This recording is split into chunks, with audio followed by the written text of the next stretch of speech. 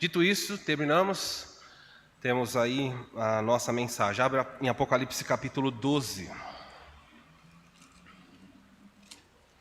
Já são quase 170 mensagens aí neste livro. E olha que ultimamente nós estamos pegando grandes blocos, normalmente pegamos trechos pequenos, mas vamos olhar mais um pouquinho desse trecho aí. Apocalipse 12, versículos 13 até o 16, é até onde eu vou. Quando, pois, o dragão se viu atirado à terra, perseguiu a mulher que dera à luz ao filho varão. E foram dadas à mulher as duas asas da grande águia, para que voasse até o deserto, ao seu lugar, aí onde é sustentada durante um tempo, 2 tempos e metade de um tempo, fora da vista da serpente. Então a serpente arrojou da sua boca atrás da mulher água como um rio, a fim de fazer com que ela fosse arrebatada pelo rio. A terra, porém, socorreu a mulher, abriu a boca e engoliu o rio que o dragão tinha arrojado de sua boca. É até aí que nós vamos hoje. A semana que vem nós concluímos esse trecho. Sempre que você estudar o livro de Apocalipse, muito cuidado com algumas palavrinhas, as palavrinhas semelhante a, como, porque são palavras em que o apóstolo usa para dizer, olha, o que eu vi era parecido com, e não exatamente era aquilo. Em outros lugares ele vai falar assim, a água se tornou sangue. Aí não tem, quando ele fala isso, ele falou a água, ele sabia o que era água e sabia que era sangue. Ele falou, a água virou sangue. Quando ele fala, a água está, se ele dissesse, a água se tornou como sangue, aí você vai chegar à sua conclusão. Era vermelha, parecia vinho e assim vai. Cuidado com essas palavras, porque elas vão ser um divisor de águas na forma como você interpreta esse livro aí.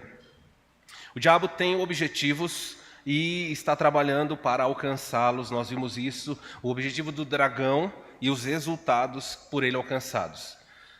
Vimos diversas aplicações, a parte não dá para retomar, mas aí foi o nosso processo. Eu falei a linha do tempo, 3 grupos, Israel, igreja e nações. E olha, esse assunto aqui está tão fresco, se eu pudesse desdobrar o que está acontecendo com o Líbano, à luz disso daqui seria muito legal. Falar, hoje vamos falar sobre o Líbano, mas nós não fazemos isso na igreja, nós pregamos Bíblia. Mas é muito legal se você começar a entender as correlações do que está acontecendo. Essa semana eu cansei de ver gente na ONU e eu ia aguardando. As pessoas na ONU falam assim, não dá mais. A solução para o conflito, a solução para aquela região é uma solução política. Nós precisamos de uma solução política, é a diplomacia que vai resolver. Nós precisamos sentar, não são armas que vão resolver, nós precisamos colocar uma conciliação. E quando você começa a ouvir isso, é exatamente o que a Bíblia fala que vai acontecer. É preciso um homem para colocar conciliação, mediar, resolver, diplomacia. E o mundo está dizendo. O presidente da ONU disse, a solução para aquele lugar é a convivência de dois países pacificamente. Se é possível isso, né? Palestinos e judeus. E as armas não farão isso. Precisamos de uma solução política. E, gente, quando você escuta isso, você tem que entender que a Bíblia fala exatamente disso. Ela fala que um homem vai se levantar e dizer, eu vou colocar a solução política nisso. Os judeus irão amá-lo e as nações irão agradecê-lo. Então, quando você começa a ouvir esse tipo de clamor mundial, isso nós estamos falando de guerra Palestina, estamos falando de guerra no Líbano. Essa semana, de um grupo de quase 12 líderes, Israel matou 11. Sobrou só um. Só tem um. Eu imagino que essa pessoa vai se esconder muito, porque falta um. De toda a liderança do Hezbollah, que significa, na língua deles, o Partido de Deus. O Irã está por trás desses partidos. Seria muito legal fazer geopolítica bíblica para a gente entender. Mas, por hora, temos que nos contentar aqui com o texto. Vamos seguir. Em algum momento, esses 3 grupos caminham, e como eu falei, há um tempo na história que Jesus desce do céu, e quando ele descer do céu, apenas um desses grupos vai ser tirado da terra, é a igreja. Quando ele é tirado da terra, os selos foram abertos. O primeiro selo sendo aberto, surge uma pessoa no cavalo branco, e nós vimos que esse cavaleiro se parece com Jesus. Cavalo branco era um sinal de vitória. Quem não sabe é só voltar lá nas pregações de Apocalipse 6 e aí você vai entender. Depois que o anticristo surge, ele vai reconstruir o templo. Daniel capítulo 9, 27, de 24 a 27 fala disso. Um príncipe que há de vir vai fazer isso. Então ele fala de um poder, um principado, um governante que vai fazer os judeus poderem voltar a sacrificar. E aí o texto fala assim, mas na metade da semana, a semana era uma de 7 anos, né? Ele fala, mas na metade da semana ele romperá o acordo e vai impedir o sacrifício, e então vai instaurar a abominação desoladora. E aí Jesus fala dele no profeta, fala no capítulo 24, quando fala para os judeus. Quando virdes, falando do futuro, quando virdes o abominável da desolação, do qual falou o profeta Daniel, no templo, fujam. Então ele está falando desse episódio aqui, ó. Não é quando o anticristo surge, mas é aqui. Quando chegar no meio da tribulação, dos 7 anos, o anticristo vai colocar a sede do seu governo em Jerusalém. E a sede, o trono dele vai colocar dentro do templo. E isso, Jesus falou, quando esse dia acontecer, não há mais escape. 144 mil são selados para pregar pelo mundo. Então aqui são 7 selos, 7 trombetas. Depois 2 testemunhas com o poder de Elias e Moisés vão fazer diversos prodígios. No céu uma série de eventos acontece. Então nós temos o tribunal de Cristo. A noiva de Jesus vai ser purificada no sentido de receber os seus galardões. Tem que ter um acusador, se é um tribunal, e tem que ter um advogado, que é Jesus. No final desse julgamento, quando o julgamento termina, não faz sentido ter um acusador. Então, o texto fala em Apocalipse 12. Eu vi uma batalha no céu. Miguel, o arcanjo Miguel, e os seus anjos lutando contra o dragão e os seus anjos. E o texto fala, todavia, não achou mais lugar no céu para o dragão. E o dragão é o quê? Lançado em a terra. E aí o texto fala, por isso festejai os céus e vocês que nele habitam. Quem são esses? A igreja. Não estou tentando falar o mais claro possível. Festejai vós, os que estão nos céus. Apocalipse 12 fala da igreja no céu. Os que pensam que a igreja vai estar na terra na tribulação, precisam explicar esse texto. E o texto fala, eles, pois, que estão no céu festejando, o venceram por causa do sangue do Cordeiro. Está falando da igreja. Os judeus não acreditam no sangue do Cordeiro. O único grupo no mundo que acredita que o Cordeiro foi morto na cruz para nos cobrir é a igreja. E o texto fala, eles venceram por causa do sangue do Cordeiro e por causa da palavra que deram. Quem é o povo que sai por aí? Quem é chamado o povo da palavra, ou o povo do caminho, ou o povo do livro? Era a igreja. Por isso, festeja os céus e vós que nele habitais. Quem são esses? A igreja, que agora vai poder desfrutar de um casamento, vamos ver mais à frente. E o dragão vem para a terra, e o texto diz aí no finalzinho do versículo 12. Ai da terra e do mar, porque o diabo desceu até vós, cheio, inflado de grande cólera, sabendo que pouco tempo lhe resta. Que pouco tempo é esse? Ele sabe fazer conta. Falta só isso, ó. 3 anos e meio. Ao final dos 3 anos e meio, aqui final da tribulação, um pouquinho antes, o texto fala que o diabo é aprisionado. Está lá em Apocalipse 20. Então o diabo fala assim, olha, eu sei que pouco tempo lhe resta. Os demônios não sabem quando, mas eles sabem o que vai acontecer. Quando Jesus vai expulsar o demônio de um personagem, de um homem, na verdade, lá no Novo Testamento, no livro de Marcos, o demônio se curva e fala assim, Jesus, filho do Deus Altíssimo, vieste nos atormentar antes do tempo? O demônio sabia que Jesus, que era ele, sabia que Jesus era filho de Deus, falou que Jesus era filho do Altíssimo e falou, você vai nos atormentar, eu sei, você vai fazer isso, mas o Senhor veio fazer isso antes do tempo? Então como é que ele sabe que tem um tempo? Ele sabe que na época que Jesus veio aqui, muitas profecias não foram cumpridas, não podia ser naquela época. Mas hoje, para a igreja ser tirada e para o céu, 0 profecia, não tem nada para cumprir, pode acontecer hoje. Estou falando sobre arrebatamento. Para Jesus voltar à terra, a volta de Jesus é outra coisa. Volta de Jesus à terra, ele pode voltar hoje? Não pode, não pode. Aí tem uma série de sinais que precisam acontecer para Jesus voltar. Então, é aí que nós estamos, quando ele cai na terra, a tribulação, a parte aqui que a perseguição era menor, ela aumenta e agora no final fica insuportável. E esse período de grande perseguição é chamado de o período em que 7 selos, 7 trombetas no início da tribulação, e agora você tem as 7 taças da ira de Deus. As taças eram um sinal de alguém que enchia um cálice e derramava. E ele fala, Deus vai encher um cálice de ira e vai derramar sobre a terra. E como ele vai fazer isso? Ele vai fazer através da atuação do diabo. E o diabo, então, vindo para a terra, a primeira coisa que ele vai fazer, ele já está atuando, tá? Ele vai capacitar esse personagem para que esse personagem, então, exerça toda a malignidade possível sobre a terra. Então, esse homem, a Bíblia chama, Paulo fala em Tessalonicenses 2, chama ele de o homem da iniquidade. E é isso que ele vai se tornar. Vamos caminhar então nesse texto, a partir daí, agora você sabe geograficamente onde nós estamos, cronologicamente onde nós estamos.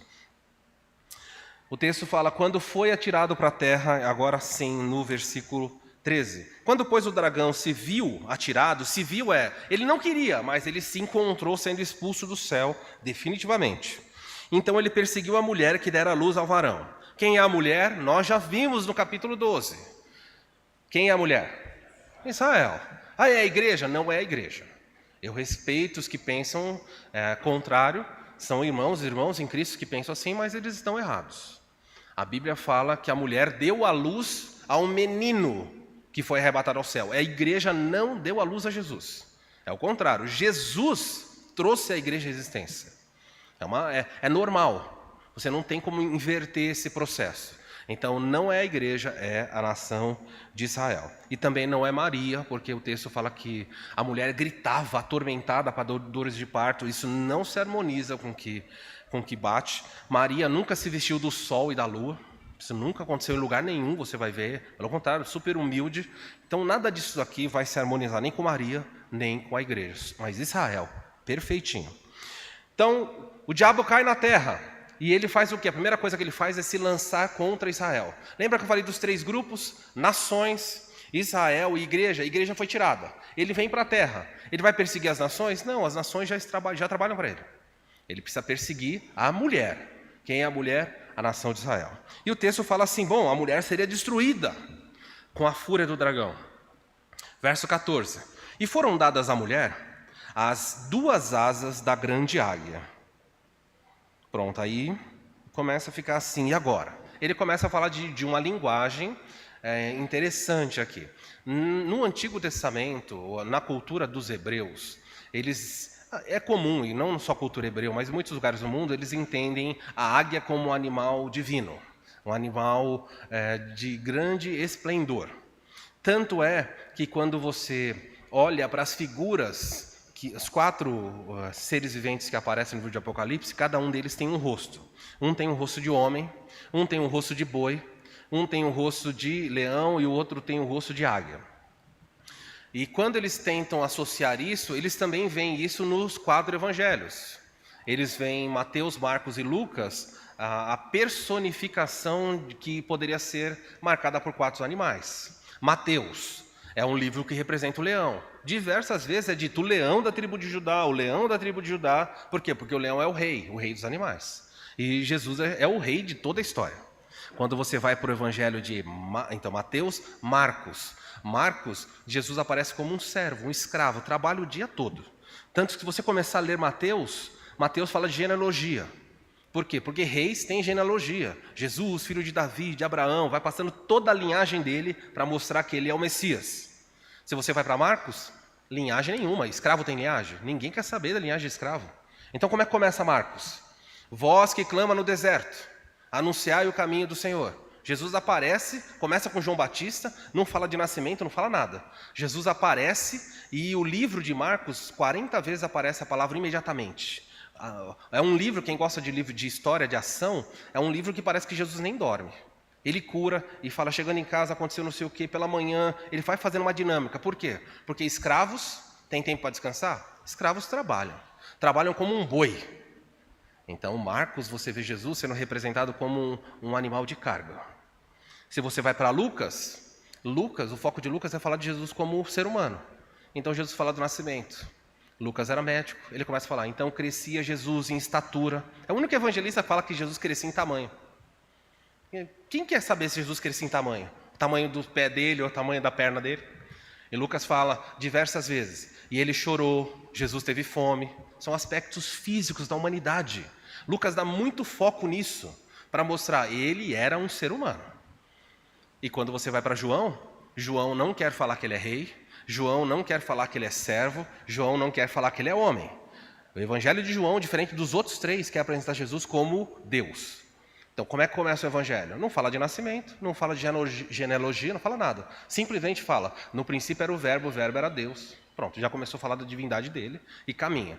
E Jesus é apresentado nesse evangelho, alguns dizem, como uma espécie de águia soberana. A águia era sempre simbolizada com algo divino. Tanto é que você vê que alguns países se apropriam da águia nos seus símbolos. Sabe de algum país que usa a águia como símbolo? Estados Unidos, quem mais? Quem mais? Qual foi o maior império do mundo que andava com uma águia? Império Romano. O Império Romano tinha uma enorme águia. Ele andava com o estandarte da águia. Ele dizia, nós não somos a ralhar não. Já pensou você andar com o estandarte carregando, sei lá, um porquinho? Nada contra os palmeirenses, eu estou dando um exemplo. Sei lá, um hamster.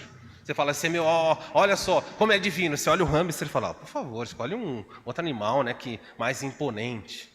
A águia não, a águia é realmente um animal esplendoroso. Quando fala de asas de águia para a mulher, ele está falando de um símbolo dizendo assim, a nação de Israel recebeu uma proteção sobrenatural, recebeu asas para ser levada para um lugar. A águia, ela tem a capacidade de voar alto, longe dos perigos e ir para grandes distâncias, ser colocada em segurança. A águia se abriga em penhascos, rochedos, ela praticamente é inalcançável quando ela quer se abrigar. Então o texto está dizendo para nós que quando o dragão tenta pegar a mulher, que é Israel, Deus concede a Israel a capacidade sobrenatural, com a ajuda divina, de ser levada para um lugar para ser protegida. É isso que está dizendo aqui. Não está falando que Israel vai ter asas, pena, nada disso. Essa é uma linguagem simbólica para explicar isso.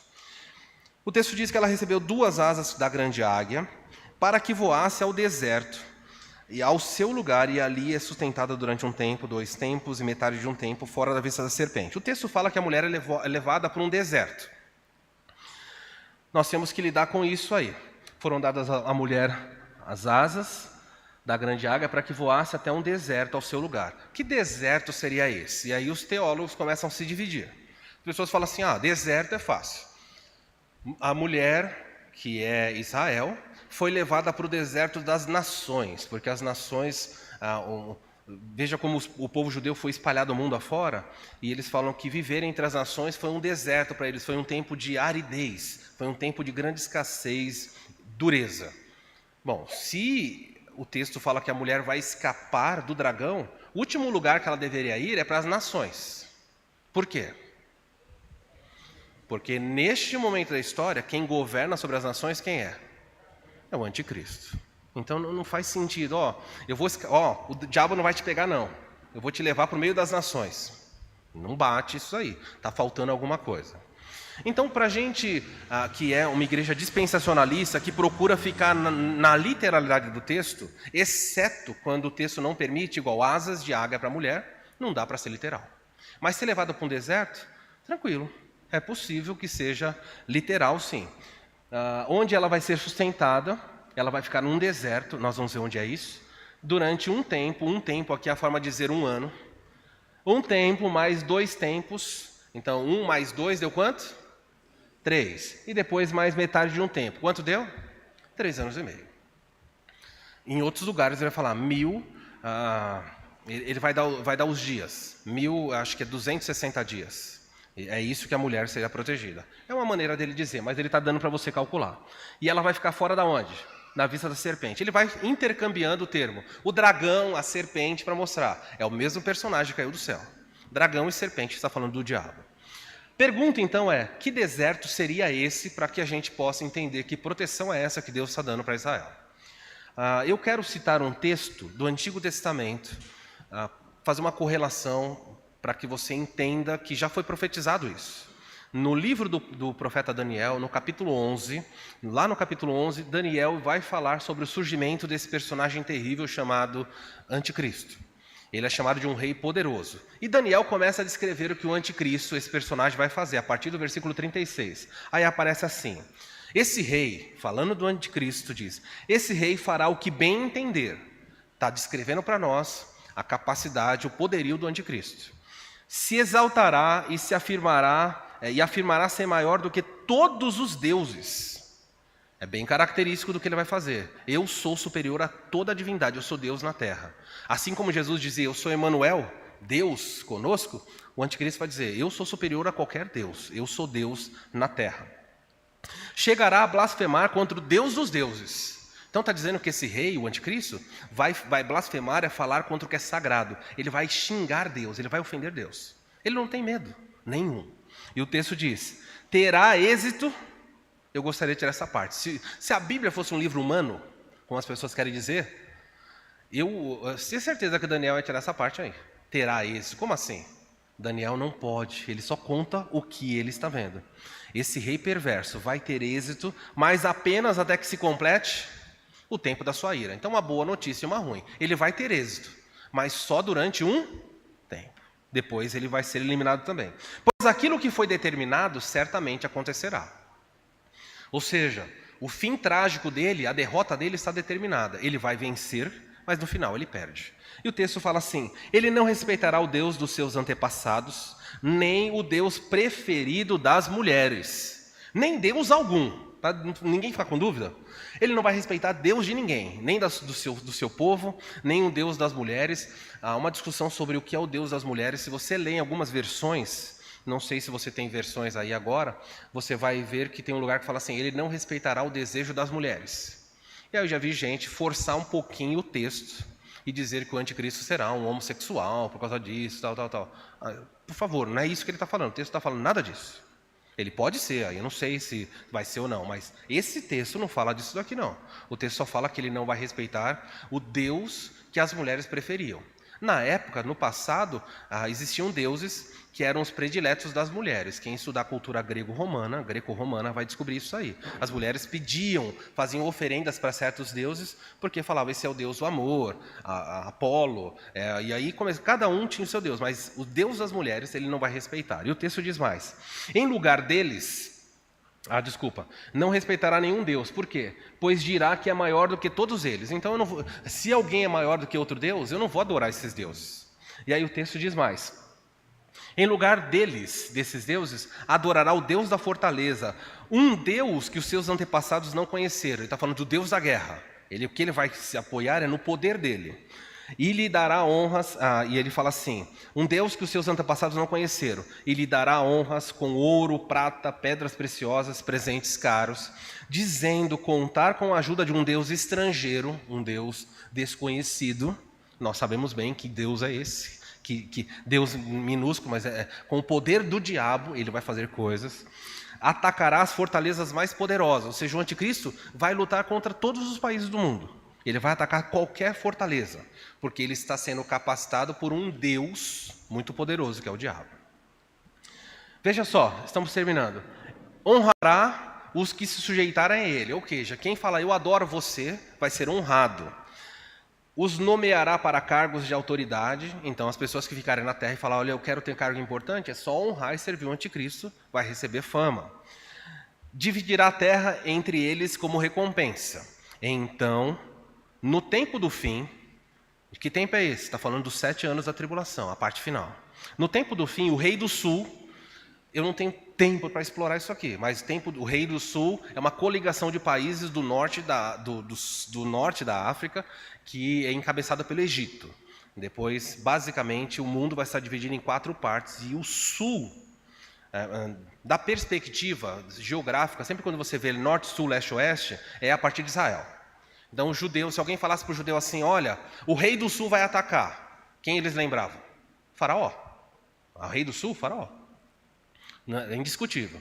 Então, quando ele fala o rei do sul virá contra o anticristo, é uma confederação de países do norte da África que estará lutando contra o anticristo, tá bom? E o texto fala assim, lutará também contra ele o rei do norte. Rei do norte, confederação de países que virá da Europa, encabeçada pela Rússia. Não dá tempo de explorar tudo isso, geopolítica. Onde está isso? Está em Ezequiel 37 e 38, a guerra de Gog e Magog. O rei do norte atacará com carros de guerra e os seus condutores e com muitos navios. Ele invadirá, agora o texto para de falar dos dois reis, ele só fala, o anticristo vai estar na terra prometida, em Jerusalém, e vai ser atacado pelo sul, pelo Egito, e pelo norte. Um ataque, a pior tristeza para qualquer lutador é ser atacado por duas frentes ao mesmo tempo. E o anticristo é atacado pelo sul e pelo norte. Como ele vai vencer? Se você lê Ezequiel 37, você descobre que ele vai lutar contra o sul, e ele vence o sul. E o norte Deus derruba para ele. O texto fala que as pessoas começam a cair pelas montanhas, a terra treme, chuva de fogo. Deus elimina o norte. Então o anticristo passa a mandar em tudo, com exceção de um lugar. Ele vence o sul, ele vence o norte, ele é o rei do ocidente. Lembra que eu falei norte, sul, leste, oeste a partir de Jerusalém? Onde fica o ocidente? Bragança Paulista. Se ajudar você, o lado de cá do mundo. Então, se você pegar ali as Américas, vão estar no poder dele. O único lugar do mundo que não cairá sobre o poder dele nessa batalha são os chamados reis do leste. O que é leste a partir de Jerusalém? Você vai lá para o extremo leste, você vai ter China, Coreias, Japão, Índia. Esses países aqui não caíram sob o poder dele. É isso aí. E quando esse grande reino do lado leste vier para lutar contra ele, eu vou parar aqui porque eu estou falando de Apocalipse 16, mas deu para entender o que eu quero dizer aqui. Olha só, ele, o anticristo, invadirá várias terras e as arrasará como uma inundação. Guarda isso daqui. O anticristo vai arrasar as terras quando ele quiser conquistar, com o poder militar que vai estar debaixo do seu poder, como se fosse uma inundação. Lembra o que o texto falou? Quando o dragão se lançou à terra, se voltou contra a mulher, abriu a sua boca e jogou atrás dela um grande rio, como uma inundação tentando arrebatá-la. Ele está falando de perseguição militar. Isso o anticristo vai fazer em larga escala. Quando a pessoa fala, nossa, não tem como escapar. Esses inimigos vieram, eles passaram por cima da gente como se fosse uma inundação. É isso que o texto está falando. Agora veja como termina a história do anticristo. Ele entrará na terra gloriosa. Onde é a terra gloriosa? É a América? O Vaticano? Onde é a terra gloriosa? É Israel, principalmente Jerusalém. O anticristo entrará na terra gloriosa e muitas nações cairão. Mas, e aí então é a parte que nos interessa. Esse mas é o que faz as pessoas ficarem discutindo sobre esse texto. Mas o quê? Ele vence todo mundo, mas é dito o seguinte: Moabe, Edom e a maior parte de Amon escaparão dele. Aí você vai, explode a cabeça. Fala, meu Deus, o anticristo manda no mundo inteiro e o texto diz, mas Moabe, Edom e a maior parte do território de Amon vai escapar dele, não vai estar debaixo do poderio dele. Que lugar é esse que não vai estar debaixo do poderio do anticristo? Muito bem.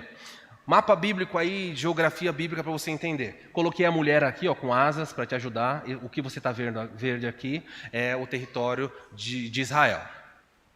Do lado de Israel, imediatamente ao lado de Israel, você tem ali, ó, Amon, tá vendo? Onde viviam os amonitas. Você tem aqui Moabe, onde viviam os moabitas. Que reinos são esses daqui? Quando Moisés saiu do Egito, tinha que passar por ali. E ele teve que lutar contra esses reis. Tem esse nome hoje? Você fala, eu quero ir em Moabe. Tem lá no mapa? Não tem. Ah, cadê Amon? Tem no mapa? Não tem no mapa. O lugar está lá. Mas esses nomes não estão mais. E aqui embaixo você tem Edom, onde estão os edomitas. Então, amonitas, moabitas e edomitas. Veja, o anticristo vai lutar contra o reino do sul, que estaria aqui embaixo, que é o Egito, e vai entrar na Terra Gloriosa. Quando ele entrar na Terra Gloriosa e se tornar dono do mundo, esses 3 lugares vão ficar fora do seu poder. Ele não pode tocar nesses lugares, por alguma razão. Que lugar é esse hoje? Esse lugar se chama Deserto da Jordânia. Hoje se chama Jordânia, naquela época chamava diferente. Veja, basicamente não é difícil entender. O texto diz que quando o dragão for perseguir a mulher, Deus dará asas para a mulher e a levará para um deserto. Adivinha que deserto é esse, gente? Do lado de Israel tem esse deserto todo aqui. E Daniel fala, esse lugar o anticristo não pode tocar. Não, esses 3 lugares intocáveis. Por quê? Ninguém sabe. Exceto se você fizer a correlação de Apocalipse 12 e Daniel 11. Não pode tocar por quê? Porque a mulher estará lá. Então veja, Neste lugar vai ter uma cidade chamada Petra, daqui a pouco eu falo sobre isso. Então o que acontece com a mulher? Já lemos esse texto? Aí está, todos os 3 lugares ficam aqui, nesse lugar chamado Jordânia, do lado da Arábia Saudita, e assim vai. A mulher vai sair dali, olha os lugares aí, e o que acontece? Deus fala que a mulher recebe as asas da águia e ela voa para esse lugar. Por que eu estou colocando essa região aqui de Petra, aqui embaixo? Porque o texto fala que os 3 lugares não cairão sobre o domínio. Na verdade, quando fala de Amon, fala que a maior parte de Amon não cairá. Uma parte vai cair sob o poder dele, mas o anticristo não pode tocar aqui. Deixa eu mostrar para vocês uma outra profecia interessante. A Bíblia fala em Zacarias capítulo 14, que Jesus volta à terra. Zacarias capítulo 12 até 14 fala da volta de Jesus à terra. E em Zacarias capítulo 12 fala até o lugar em que Jesus pisa na terra quando ele volta. Fala que ele volta, os seus pés estarão sobre o Monte das Oliveiras. Fala que Jesus volta para o céu, volta do céu e ele pisa lá. Ele marca o lugar, a aterrissagem de Jesus será lá. É tão forte esse texto que neste lugar tem um cemitério. Se você for em Jerusalém ou pesquisar, neste lugar tem um enorme cemitério. As pessoas disputam para serem enterradas lá. Por quê? Porque as pessoas acreditam que ali são os que vão ressuscitar primeiro. Bom, poderia gastar um tempo para discutir aqui, mas isso não tem nada a ver com a igreja. Nada a ver com a igreja. A igreja é arrebatada bem antes e transformada bem antes. Veja só o que é dito em Isaías 63. Que estranha profecia. É dito o seguinte. Isaías fala, quem é aquele que vem de Edom? Que vem de Bosra. Bosra é o nome de uma cidade. Quem é que vem de Bosra com as roupas tingidas de vermelho? Onde fica essa cidade? Fica aqui, ó. Então você tem essa cidade que fica em Edom. Pergunta que incomoda bastante é essa pergunta. Por que, imediatamente após seu retorno à terra, Jesus vai até Edom? Que estranho isso. Ele vem do céu, desce no Monte das Oliveiras e depois vai para um país estrangeiro, para um deserto em Edom. E quando ele volta de Edom, as pessoas falam, nossa, quem é esse que está vindo com um manto salpicado de sangue? Quem é essa pessoa? É Jesus. Mas o que Jesus foi fazer em Edom, quando ele volta? Resposta, quem está lá? A mulher foi levada com asas para esse lugar. Jesus volta, livra Jerusalém e depois vai buscar ela? Vai para lá. Isaías fala, quem é essa pessoa que está vindo com um manto salpicado de sangue? Não há resposta, não tem como harmonizar tudo isso, exceto na visão dispensacionalista. A mulher Israel recebe asas, é levada para o deserto. Daniel diz, esses 3 lugares não caem no poder do anticristo. E Isaías fala, Jesus vem à terra, vai para Edom. E volta de lá com o manto salpicado de sangue. Ele vai para lá, ele guerreia e traz a mulher. Gente, eu gostaria de ficar muito mostrando para vocês as correlações dos textos. Mas é isso aqui que o texto está falando. Não tem deserto de nações, né, deserto na alma, que Israel vai sofrer angústia, nada disso. Deserto, deserto. Bom, dito isso, então a mulher vira para cá. O texto diz, versículo 15, então a serpente, lá fala de dragão, o dragão cai, agora ele muda a figura para serpente. Então a serpente arrojou, o versículo que eu estou lendo é o 15. Então a serpente arrojou da sua boca atrás da mulher água como um rio. Então não é água de fato, é alguma coisa da serpente saiu, parecia um rio, uma grande inundação para perseguir a mulher. Certamente uma perseguição militar. A fim de que ela fosse arrebatada, a fim de que a mulher fosse destruída por meio dessa perseguição. Verso 16 diz assim, a terra, porém, socorreu a mulher, abriu a boca e engoliu o rio que o dragão, agora ele voltou a falar de dragão, que o dragão lançou atrás da mulher. Está vendo como está cheio de linguagem? Israel recebe asas, vai para o deserto, fica escondido. O dragão não se contenta, ele fala, eu sei onde você está. A Bíblia está dizendo onde ele vai estar. O dragão, será que o diabo não vai saber onde Israel vai estar? Então ele lança uma perseguição tremenda, como uma grande inundação para alcançar a mulher. A mulher está no deserto. E o texto fala que a terra abre a sua boca e engole toda a perseguição que o dragão está fazendo. Muito bem. A terra abriu a sua boca e engoliu o rio que o dragão tinha feito. Pergunta aí, como a terra poderia servir de proteção para a mulher, que é Israel, no deserto? No deserto nós temos areia. Como assim? Como é que a terra abriu a boca e vai engolir essa grande perseguição? Aí nós chegamos num outro fato. Eu vou pedir de novo, Norberto, para apagar a luz. Tem áudio, Cláudia, nesse vídeo. Eu quero falar para vocês sobre uma região do mundo. Adivinha onde está essa região? Coincidentemente, é claro, é pura coincidência.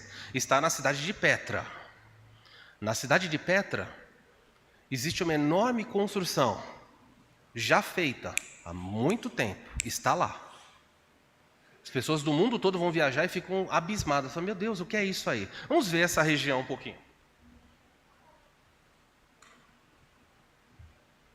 Minha história com Petra começou quando eu tinha uns 18 anos e vi essa imagem numa revista. Na mesma hora, eu pensei, só pode ser uma montagem. Afinal, é impossível se fazer algo assim. A segunda vez foi no filme do Indiana Jones e a Última Cruzada, e aí eu decidi, eu tenho que visitar esse lugar. Para se chegar até a antiga cidade de Petra, é necessário atravessar um caminho de 1.700 metros, sendo que os primeiros 500 você pode ir a cavalo, charrete ou fazer o caminho a pé, como eu vou fazer agora, nesses primeiros 500 metros até a entrada do desfiladeiro.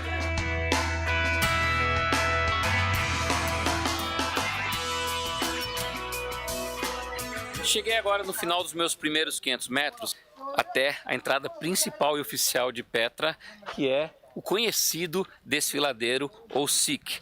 Agora você imagina comigo aqui, há milhares de anos atrás, um grande rio passando por aqui e realmente não tinha como caminhar por aqui para chegar até a cidade. Os nabateus eram muito espertos e criaram um caminho diferente para o rio. Esse que você vê que infelizmente está seco hoje em dia, ele dava a volta por toda a montanha até chegar à cidade e ali as pessoas tinham acesso facilmente à água. E aí o que aconteceu? Secando a água por aqui, virou um caminho natural que leva aqui a entrada de Petra até a cidade. E por que a entrada é por aqui? Porque isso aqui é uma grande fortaleza natural. Você pode perceber que todo o entorno aqui é como se fosse realmente uma grande muralha protegendo fortaleza natural. Os primeiros povos que viveram nessa região possivelmente foram os Horeus ou os Horitas. Mas por volta do ano 1200 a.C. chegaram aqui os Edomitas, que descendem de Esaú ou Edom, como também ele era conhecido na Bíblia. Os nabateus só chegaram aqui para construir Petra a partir do ano 312 a.C. Além de ter desviado o rio aqui desse lugar, os nabateus montaram um sistema de água aqui, como se fosse um encanamento, só que pela pedra. Você pode perceber que é levando água mais rápido até a cidade de Petra. Da entrada do desfiladeiro até o tesouro serão 1.200 metros e com certeza essa é uma das caminhadas mais interessantes que eu já fiz. A medida mais estreita aqui são 4 metros e a mais larga chega a 12 metros. A altura varia entre 70 até 160 metros. Faltava muito pouco para eu chegar no local mais desejado pelos visitantes de Petra, que é o El Hasne, ou o tesouro que levou 20 anos para ser finalizado.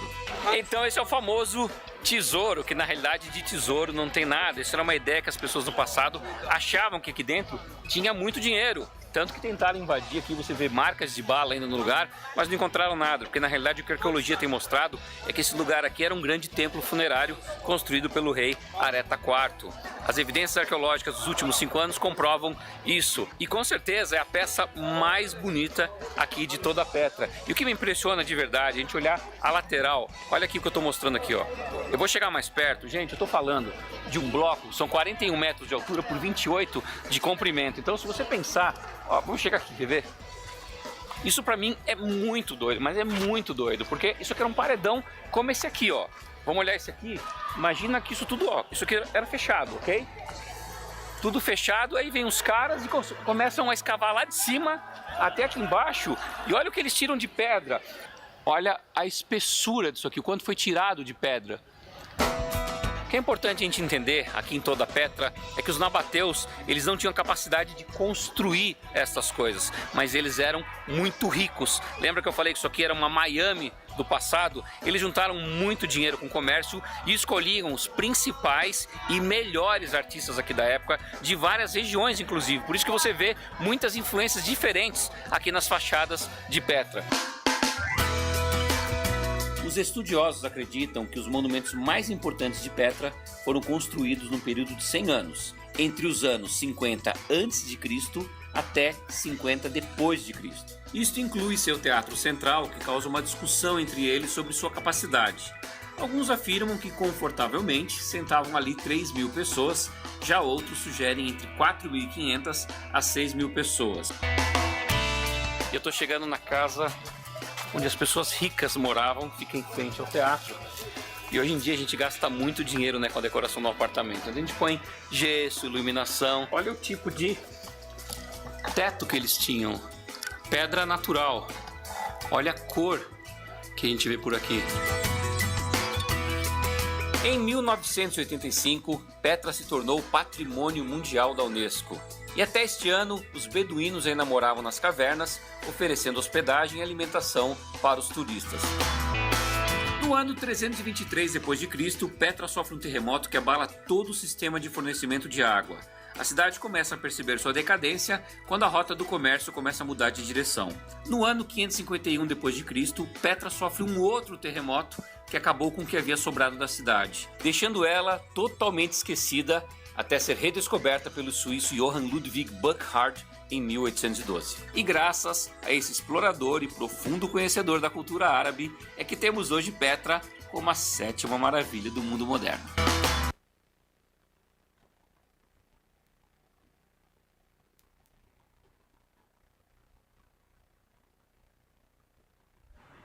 Queridos, para vocês entenderem então, já existe um lugar, coincidentemente em Edom, na cidade de Petra, diversos lugares, diversas civilizações, várias espalhadas por todos os lugares, cavernas e cavernas feitas na rocha. Eu não posso afirmar, mas para mim faria todo sentido dizer, a terra abriu a sua boca e escondeu a mulher. Que terra é essa? Estava completamente esquecida. Inúmeras cavernas por dentro de rochas. Então você junta 3 profetas. O primeiro diz que Israel é levado com asas para o deserto. O segundo diz que as 3 regiões não caem no poder do anticristo. E o terceiro afirma que Jesus vem à terra e vai em Edom. Você tira suas conclusões. Para mim eu tenho elemento suficiente para entender isso. Pode afirmar? Não posso.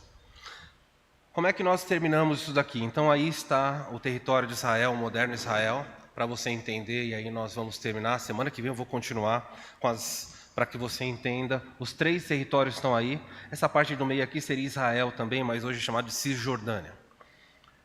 A população israelense hoje, atualmente, conforme é dividido pelo escritório central deles lá, afirma-se que em 2024, 9,8 milhões de pessoas. Tem mais judeus no mundo? Tem mais judeus espalhados fora de lá. Mas lá, segundo a estimativa deles, atual, 2024, 9,8 milhões de pessoas. Bom, vamos arredondar para 10 milhões, né? Vamos dar uma margem, não sabemos quando isso aqui vai acontecer, 10 milhões de pessoas. Quando você olha em Apocalipse 6, fala que 1/4 morre. Lembra lá? Um cavaleiro saiu, 1/4 da população da Terra morreu. Bom, quanto é 10 milhões menos 1/4? Então você pode tirar aí 2,5 milhões. Sobrou 7,5. Quando você chega em Zacarias 13, fala que 2/3 desse número é morto. Então você tem de 7,5, você vai tirar mais 5 milhões. Então nós chegamos aí a uma população sobrando entre 2,5 milhões de pessoas e 2 milhões. Porque existem outras doenças agravantes. Então nós estamos falando aqui no período bíblico de cerca de 2 milhões de pessoas sendo protegidas no deserto. Pergunto a você. Haverá cerca de 2 milhões de pessoas sendo protegidas no deserto. Pergunta aí, responde na sua cabeça. A mulher sai, vai para Edom, e não só Edom, né? O texto fala que ela aparece em outros lugares, território de Amon, então está espalhado aí. Pergunta a vocês, Deus já fez isso antes com Israel? Deus já protegeu 2 milhões de pessoas no deserto em algum momento da história? Isso já aconteceu? Ou é um número fictício, imaginário? Ah, Deus não pode fazer isso. Irmãos, se você ler o Êxodo, eram exatamente 2 milhões de pessoas. Que foi protegida onde? No deserto. Deserto das nações? Deserto da alma? Nesse mesmo deserto. E o profeta vem e fala, o dragão vai perseguir a mulher, vai receber asas da mulher, vai para um deserto. esse lugar não cai no poder do anticristo. Jesus volta à terra e vai lá fazer alguma coisa, certamente. Tudo bem então comigo? Estou forçando os textos aqui, fazendo você acreditar em coisas, eu só estou mostrando os textos e você vai amarrando aí e chegando às suas conclusões. Qual o objetivo desse texto? E aí eu termino aqui. Eu quero que você guarde, a princípio, essa lição importantíssima. O nosso Deus é capaz de proteger seu povo independentemente do tamanho da adversidade e do poder do inimigo. Talvez hoje você esteja sentado aqui e você fala, pastor, é legal ouvir a história de Israel, mas eu estou enfrentando um grande problema. Seja qual for o problema que você enfrenta, seja qual for o tamanho do seu adversário, das suas grandes batalhas, seja financeira, seja na saúde, seja na família, seja o que for. Deus é capaz de nos proteger. Isso é importante a igreja saber? É importante saber que você olha e fala assim, o que vai acontecer com a gente? E Deus fala assim, eu posso proteger você. Mas se eu for levado para lá, só tem um deserto. Eu vou me dar mal se eu for para lá. Deus fala, vai, porque eu posso te proteger no deserto. Mas será que Deus dá conta? Ele dá conta. Ele não precisa da sua conta bancária, não precisa do seu cartão de crédito, dos seus diplomas. Ele não precisa de nada. Simplesmente Ele quer que você obedeça. Ele está no controle. Ele não perdeu o controle da história. Porque se ele tivesse perdido o controle da história, o dragão mataria a mulher. Destruiria a nação de Israel. Mas ele diz, não. Eu guardo a igreja no céu. E guardo Israel num lugar em que ninguém pode tocar nela. E vou colocá-la no lugar e vou fazer dessa maneira. Esse é o nosso Deus. Então, pergunta a você, onde está a sua Petra? Israel vai se esconder numa cidade de Petra, numa cidade de pedra, que é o termo que significa lá. Pergunta a você, onde está? E eu gostaria que você dissesse com o seu coração essa verdade. O Salmo 18 diz assim, eu te amo, ó Senhor, minha força. O Senhor é minha rocha, a minha fortaleza, o meu libertador, o meu Deus e o meu rochedo, em quem me refugio. Ele é o meu escudo e o poder que me salva, ele é minha torre alta. Deus protege Israel lá e protege você hoje. Abrigue-se nele. Ele é a sua Petra. Ele é o seu lugar de segurança. Se você se apoiar na sua fama, no seu poder, no seu dinheiro, na sua sabedoria, você vai tombar. Nós vamos ver o que o dragão vai fazer ainda. Mas eu queria que você guardasse isso. Deus não precisa de nada de você, mas quer sua obediência. E que você obedecer, Ele manterá você protegido. Existe um outro texto em Isaías 18 que diz assim, por isso assim diz o Senhor, vejam, eu ponho em Sião uma pedra. Onde está a sua pedra? É Jesus. Ele diz, eu ponho em Sião uma pedra angular, uma pedra firme e testada, uma pedra angular preciosa sobre a qual se pode construir com segurança. Preste atenção como termina, quem nela crer jamais será abalado. Se você hoje está aqui e você crê nessa pedra que é Jesus, deixa eu dizer para você, o mundo vai chacoalhar, mas você vai ficar de pé. O mundo vai balançar e vai te ameaçar, e o dragão vai perseguir, e os problemas vão chegar. Mas você fala, ele é minha pedra. Eu não sou nada. Mas quando eu estou nessa pedra, que é o meu Senhor, o meu escudo, nada pode me tocar, eu andarei seguro. E Deus te ajude. Aí tem uma animação do que seria a cidade de Petra. Vamos orar. Pai, nós queremos nessa noite, ao olhar para toda essa história e ver o futuro que o Senhor tem reservado para a nação de Israel, nós queremos aprender a história, mas queremos aprender as lições da história. O Senhor é um Deus que protege, o Senhor é um Deus que guarda, o Senhor é um Deus que não tem limites. Nada nem ninguém pode mudar o que o Senhor determinou. Nos ajuda, Senhor, a colocar esperança em Ti. Muitos são os nossos inimigos. Talvez hajam irmãos aqui com medo, porque as batalhas são tremendas. Que nós possamos colocar a nossa esperança na verdadeira rocha, que é o Senhor Jesus. E se alguém não tem essa esperança, quem sabe nessa noite pode se arrepender, pedir perdão e colocar toda a confiança na rocha inabalável, que é o Senhor Jesus. Obrigado, Deus, convence, estimula a nossa fé. Nós oramos em nome de Jesus. Amém. Vamos ficar em pé, nós vamos cantar essa música, uma música que fala uma verdade da história de todo cristão. Ele é a rocha que transforma. Que isso possa ser verdade na sua vida.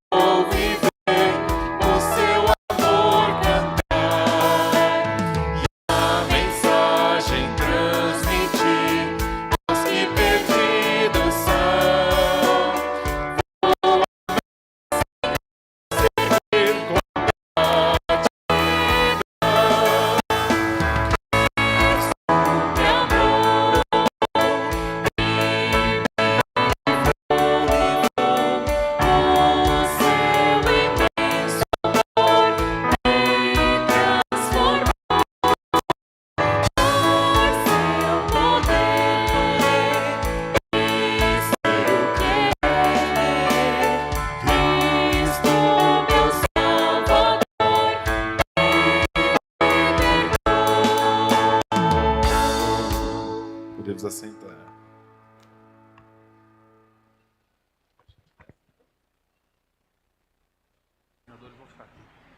Queridos, nós estamos terminando nosso culto. Antes de terminar, eu queria convidar os que se batizaram nessa manhã, venham aqui à frente rapidamente.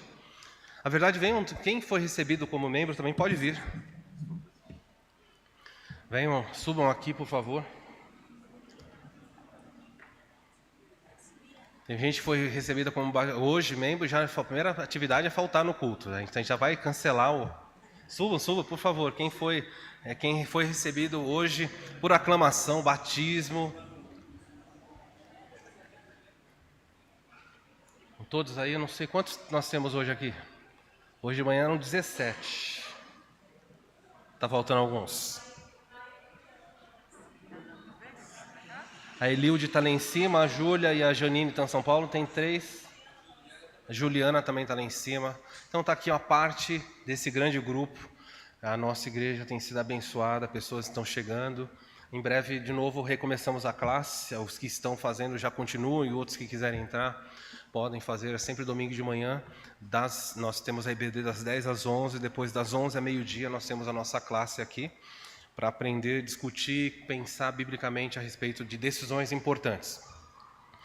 Orem por eles, tá bom? Conheça-os melhor. E então, antes de terminarmos, é comum das igrejas dar um certificado de batismo para quem foi batizado. Para quê? Que a pessoa guarde esse certificado, agradecendo a Deus, uma lembrança. Olha, eu dei profissão de fé e eu obedeci a Jesus descendo as águas, participando então daquilo que Ele ordenou. E hoje sou membro de uma igreja. Então eu tenho alguns certificados ali. Isa, você quer trazer para cá? Traz aqui para mim, por favor. Eu vou falando e eu vou entregando para vocês. Eles vão me ajudando. Vocês podem só um pouquinho mais para trás. Aí, isso. Ó, tá ali, ó. Vão entregando. Cada um deles aí recebeu.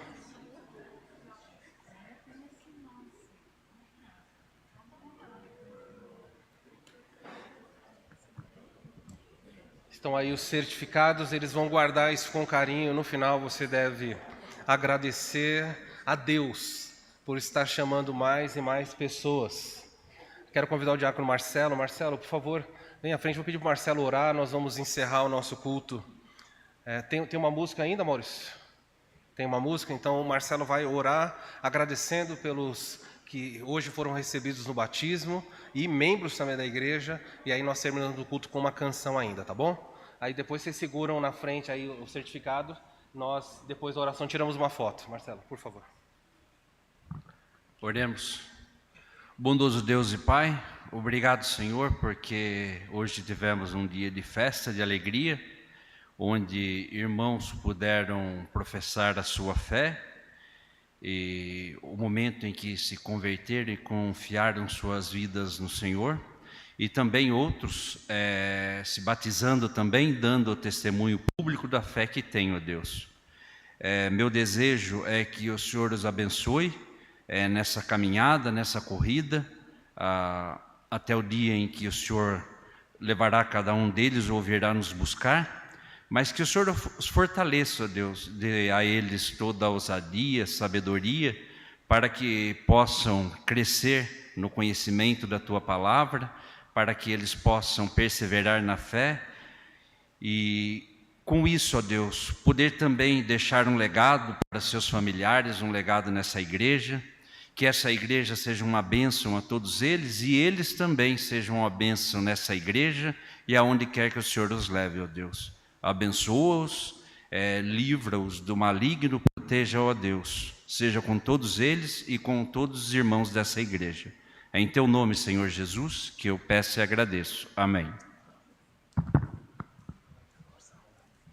Já deu para tirar fotos?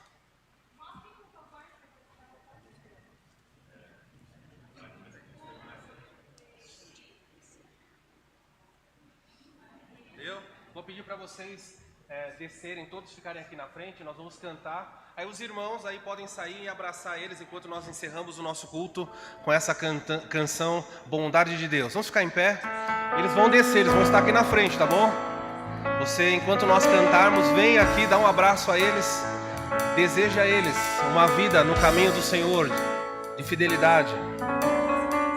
Vamos cantar. Vamos lá? Te amo, Deus. Tua graça nunca A eles. todos os dias. Se as crianças De quando me levanto, nem me deitar, eu cantarei da bondade de Deus.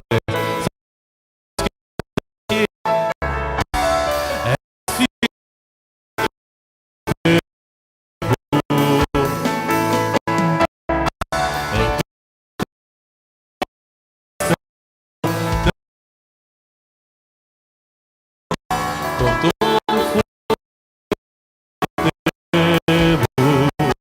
eu cantarei da bondade de Deus. Tua doce voz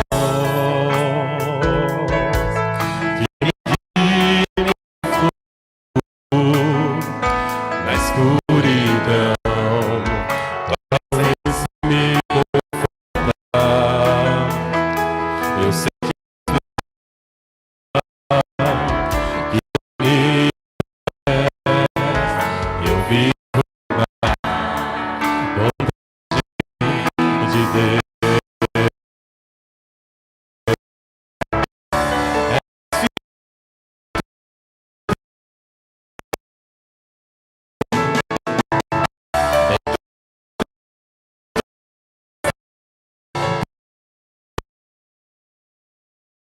Com todo eu cantarei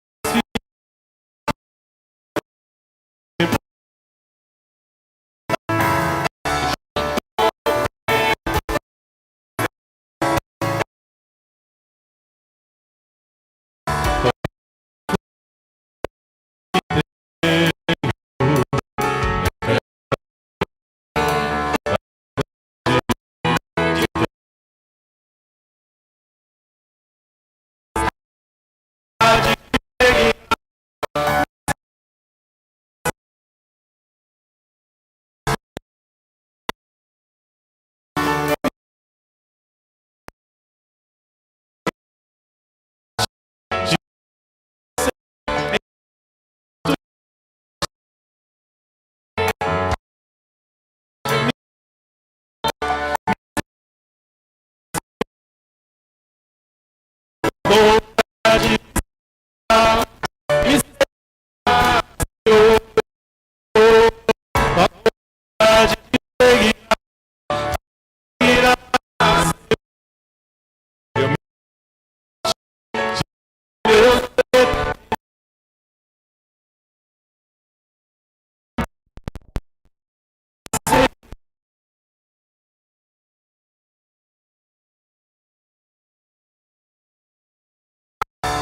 és fiel em todo tempo. Em todo tempo tu és tão bom. Com todo fôlego que tenho, eu cantarei da bondade de Deus.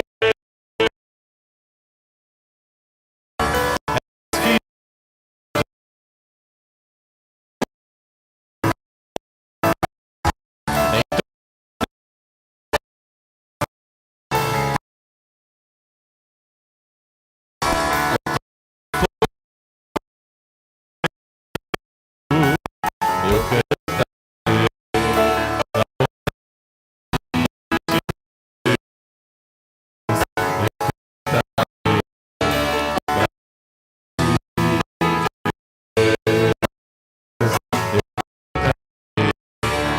da bondade de Deus. do Senhor E Deus proteja a sua igreja e cada vez mais e mais pessoas venham juntar-se às fileiras daqueles que lutam pela fé. Ótima semana, podem se assentar. Ao som do pós-lúdio estaremos encerrados. Deus os guarde, fique conosco.